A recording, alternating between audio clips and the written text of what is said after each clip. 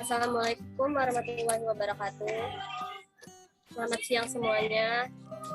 Hari ini kami dari kelompok 1 akan mempresentasikan materi pertemuan 9 mengenai penetapan harga yang disusun oleh saya sendiri, Anita Putri Riyadi, dan rekan saya Felix Suteja, Hidayanti Anatia Bastari, Tia Rosida, dan Putriani Imanuddin. Berikut adalah penjelasannya. Mengenai apa itu penetapan harga. Menurut Kotler dan Armstrong, harga adalah sejumlah uang yang dibebankan atas suatu produk atau jasa, atau jumlah dari nilai yang ditukar konsumen atas manfaat-manfaat karena memiliki atau menggunakan produk atau jasa tersebut. Sedangkan penetapan harga adalah proses menetapkan nilai yang akan diterima produsen dalam pertukaran jasa dan barang. Pada umumnya, harga ditetapkan agar biaya yang dikeluarkan akan sebanding dengan harga yang ditawarkan. Biaya ini meliputi keseluruhan biaya yang dikeluarkan untuk membuat sebuah produk yang dapat memenuhi permintaan pasar, sehingga perusahaan mendapatkan keuntungan dari hasil penjualan produknya. Namun, di setiap perusahaan memiliki tujuan penetapan harga yang berbeda-beda. Selanjutnya akan dijelaskan oleh rekan saya, Putriani Imanuddin. Apa saja tujuan penetapan harga? Yang pertama ada tujuan berorientasi pada laba. Ini dilandaskan pada asumsi teori ekonomi klasik yang menyatakan bahwa setiap perusahaan selalu memilih harga yang dapat menghasilkan laba yang maksimum. Yang kedua ada tujuan berorientasi pada volume. Tujuan ini berorientasi pada volume di mana harga ditetapkan sedemikian rupa agar dapat mencapai target volume penjualan, nilai penjualan, ataupun untuk menguasai pangsa pasar. Yang ketiga ada tujuan berorientasi pada citra. Perusahaan dapat menetapkan harga tinggi untuk membentuk atau mempertahankan citra perusahaan. Yang keempat ada tujuan stabilisasi harga. Tujuan stabilisasi harga dilakukan dengan menetapkan harga untuk dapat mempertahankan hubungan yang stabil antara harga suatu perusahaan dan harga pemimpin industri. Yang kelima ada tujuan lainnya. Penetapan harga dapat juga bertujuan untuk mencegah masuknya pesaing, mempertahankan loyalitas konsumen, mendukung penjualan ulang, atau menghindari campur tangan pemerintah. Selanjutnya metode penetapan harga. Yang pertama ada metode penetapan harga berorientasi biaya. Cost plus pricing. Dalam penetapan harga ini, pabrik menghitung biaya produksi yang dipertahankan dan memasukkan persentase tetap untuk mendapatkan harga jual. Yang B, markup pricing. Di sini jumlah tetap atau persentase dari total biaya suatu produk ditambahkan ke harga akhir produk untuk mendapatkan harga jual suatu produk. Yang C, ada target recruiting pricing. Perusahaan atau firma menetapkan biaya produk untuk mencapai tingkat pengambilan investasi. Yang kedua yaitu metode penetapan harga berorientasi pasar. Yang pertama ada perceived value pricing. Dalam metode ini, produsen menetapkan biaya dengan mempertimbangkan pendekatan pelanggan terhadap barang dan jasa, termasuk elemen lain seperti kualitas produk, iklan, promosi, distribusi, dan lain-lain. Yang kedua ada volume pricing. Di sini perusahaan menghasilkan produk yang berkualitas tinggi tetapi harga rendah. Yang ketiga ada going rate pricing. Dalam metode ini perusahaan meninjau tarif pesaing sebagai dasar dan menentukan tarif produk mereka. Yang keempat ada auction type pricing. Dengan lebih banyak penggunaan internet, metode penetapan harga kontemporer ini berkembang dari hari ke hari. Banyak platform online seperti OLX, Quaker, eBay, dan lain-lain menggunakan situs online untuk membeli dan menjual produk pelanggan. Yang terakhir ada differential pricing. Metode ini diterapkan ketika harga harus berbeda untuk kelompok atau pelanggan yang berbeda.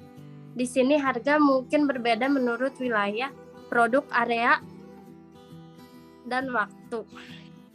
Yang selanjutnya akan dilanjutkan oleh teman saya Lia Rosidah. Penetapan harga pada perusahaan. Strategi penetapan harga yaitu kebijakan perusahaan dalam menetapkan harga jual produk. Penetapan harga mengacu pada metode yang digunakan perusahaan untuk menentukan harga produk atau layanan. Hampir semua perusahaan besar atau kecil mendasarkan harga produk atau jasanya pada biaya produksi dan ada beberapa metode pricing yang berbeda seperti harga skimming, harga diskon, harga siklus hidup produk, dan bahkan harga yang kompetitif. Satu, penetrasi pricing, harga penetrasi. Perusahaan yang menggunakan strategi ini biasanya menetapkan harga rendah untuk produk atau layanannya dengan harapan membangun pangsa pasar, yang merupakan persentase penjualan yang dimiliki perusahaan di pasar versus total penjualan. Dan tujuan utamanya berbagai strategi pemasaran untuk mempertahankan pelangganan, semisalnya distributor perangkat lunak internet kecil dapat menetapkan harga rendah untuk produknya. Sekarang harga skimming, yaitu perusahaan menetapkan harga yang tinggi untuk segera memulihkan pengeluaran untuk produksi produk dan iklan. Dan tujuannya itu dari strategi price skimming ini adalah untuk mencapai keuntungan cepat. Harga diskon, perusahaan kecil yang dapat menggunakan diskon sementara untuk meningkatkan penjualan. Strategi penetapan harga diskon sementara termasuk kupon, diskon penjualan, pengurangan harga musiman setelah, dan bahkan pembelian volume.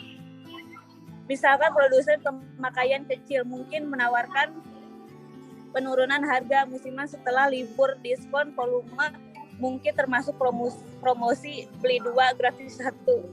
Seperti itu.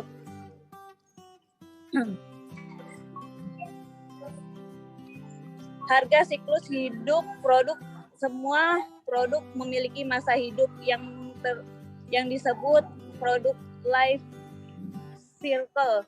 Suatu produk secara bertahap berkembang melalui tahapan yang berbeda dalam siklus, yaitu tahap pengenalan, pertumbuhan, kedewasaan, dan penurunan. Misalnya jika produk perusahaan unik atau berkualitas lebih tinggi daripada produk pesaing, pelanggan kemungkinan besar akan membayar harga yang lebih tinggi jika memiliki teknologi baru yang banyak diminati. Harga berbasis kompetitif, yaitu ada kalanya perusahaan kecil mungkin harus menurunkan harga untuk menyamai pesaing. Misalkan orang membeli piring kertas atau cangkir busa atau piknik, mereka sering berbelanja dengan harga terendah ketika diferensiasi produk minimal. Rumus dan metode menentukan harga jual. Cost plus pricing. Dalam penetapan harga ini, pabrik menghitung biaya produksi yang dipertahankan dan memasukkan persentase tetap. Untuk mendapatkan harga jual, peningkatan keuntungan dievaluasi pada biaya total, biaya tetap, dan variabel. Rumus biaya total tambah margin sama dengan harga jual. Markup pricing. Di sini jumlah tetap atau persentase dari total biaya suatu produk ditambahkan ke harga akhir.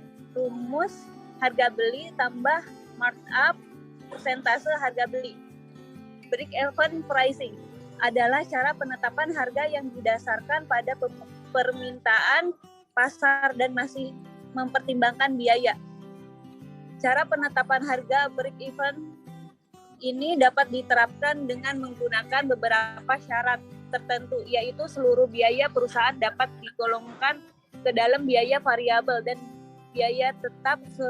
Seluruh barang yang diproduksi akan terjual.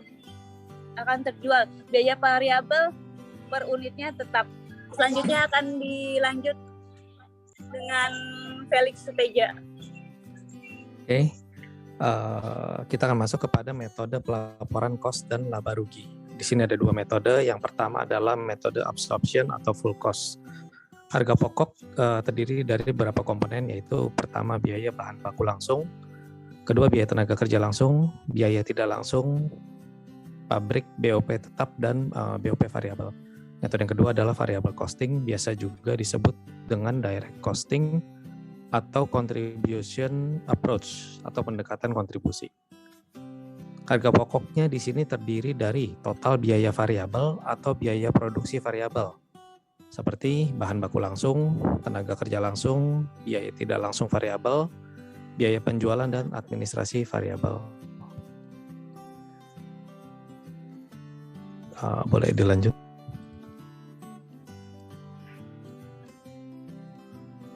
Oke, kemudian kita masuk ke modifikasi cost plus pricing dan hubungan biaya. Nah, modifikasi ini dapat digunakan untuk menentukan berapa besar persentase laba dari biaya dengan asumsi labanya telah ditentukan. Persentase target laba dapat kita ketahui dari rumus harga jual dikurangi dengan biaya yang ditetapkan, dibagi dengan biaya tersebut, dan dikalikan dengan 100%. Kita akan dapati persentase target labanya. Selanjutnya, boleh dilanjut, Nes. Oke. Menetapkan harga dengan tingkat ROI atau Return of Investment tertentu. Untuk menetapkan harga dengan tingkat ROI tertentu ini dapat digunakan langkah berikut, yaitu kita dapat menentukan persentase markupnya sama seperti tadi, yaitu nilai ROI atau Return of Investment ditambahkan dengan biaya dibagi dengan total biaya produksi. Oke, boleh next. Nah, ada juga metode modifikasi rumus metode full cost. Kita juga bisa hitung persentase markupnya dengan formula yang berbeda, menggunakan hasil ROI yang dikehendaki ditambahkan dengan biaya penjualan data administrasi dibagi dengan volume atau jumlah unit produk dikalikan dengan biaya produksi per unitnya. Dan jika laporan laba ruginya telah disusun, maka rumusnya bisa lebih sederhana, yaitu kita menggunakan margin bruto atau gross profit tinggal dibagi dengan harga pokok penjualan atau CGS atau cost of goods sales. Selanjutnya akan dilanjutkan oleh Anes. Oke, terima kasih untuk teman-teman yang sudah menjelaskan. Kali ini giliran saya yang akan menjelaskan mengenai modifikasi rumus metode variable cost. Modifikasi rumus untuk metode variable costing atau yang biasa disebut juga direct costing atau metode contribution. Nah, presentasi markup. Rumusnya itu ROI yang dikehendaki. ROI itu return on investment ya. Ditambah biaya tetap dibagi volume per unit dikali biaya variabel. Nah, jika laporan laba rugi sudah disusun, maka rumusnya itu jadi contribution margin dibagi biaya variabel. Nah, sekarang kita masuk ke dalam kesimpulan. Tadi yang sudah kami jelaskan dari teman-teman saya, di sini saya menyimpulkan bahwa penetapan harga menentukan biaya yang dibayarkan oleh pelanggan. Tetapi mungkin tidak terkait dengan biaya yang dibayarkan oleh bisnis untuk menghasilkan produk atau layanan. Terdapat 4 tujuan penetapan harga. Yang pertama itu ada berorientasi pada laba, yang kedua berorientasi pada volume, ketiga berorientasi pada citra, dan yang keempat itu tujuan stabilisasi harga. Nah, metode yang biasa digunakan dalam menentukan penetapan harga itu seperti penetapan harga biaya plus atau yang biasa disebut cost plus pricing method. Terus yang kedua ada penetapan harga dalam hubungannya dengan pasar, 3 metode pelaporan cost dan laba rugi, dan selanjutnya penetapan harga per waktu dan harga.